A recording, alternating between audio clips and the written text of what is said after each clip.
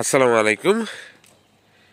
দেশ এবং দেশের বাইরে থেকে যারা ভিডিওটি দেখছেন সকলকে জানাই আন্তরিক শুভেচ্ছা এবং অভিনন্দন। তো আমার প্রজেক্টে আজকে পেঁয়াজের বীজ ফেলা হবে। তো অনেকটি অংশে বিভক্ত করেছি, আগেই বলেছি আপনাদেরকে। তো এখন আমরা আমাদের প্রজেক্টে পেঁয়াজের বীজ ফেলবো। এই যে এগুলো হচ্ছে পেঁয়াজের বীজ, কালকে বীজাণু হয়েছিল, এখন এগুলো ছাঁকা হবে।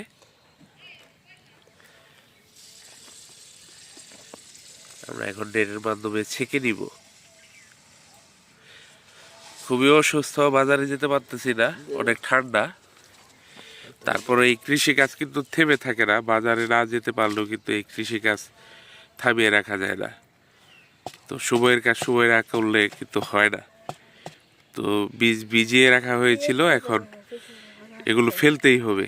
যতই অসুস্থ থাকুক কৃষক, কার্যক্রম কিন্তু শেষ করতে হবে।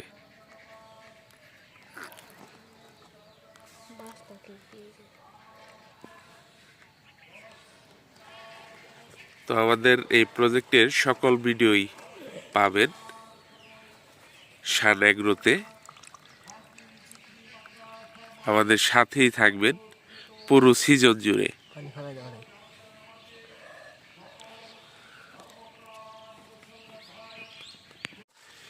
ছাঁকা হয়ে গেছে।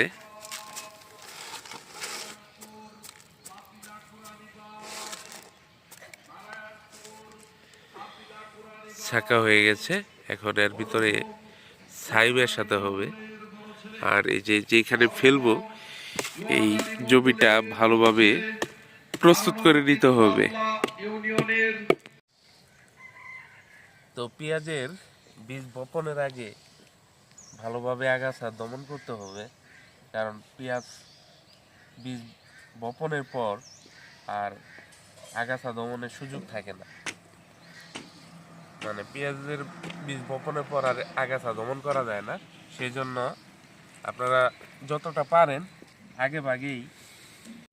আমরা পেঁয়াজের জমিটা ভালোভাবে প্রস্তুত করতেছি। তো এই যে এখন সমান করা হচ্ছে, মই দিয়ে সমান করার জায়গা নেই, সেজন্য আমরা এই যে কাঠ দিয়ে সমান করতেছি।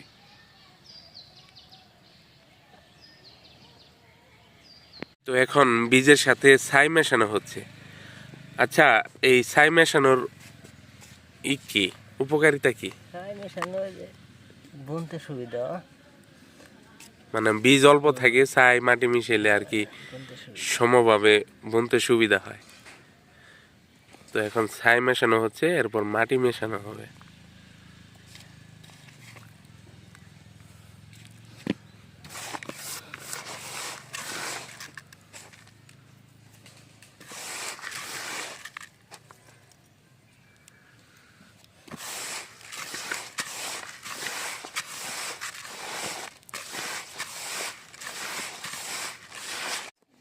তো মেশানো শেষে এখন বোনা হচ্ছে।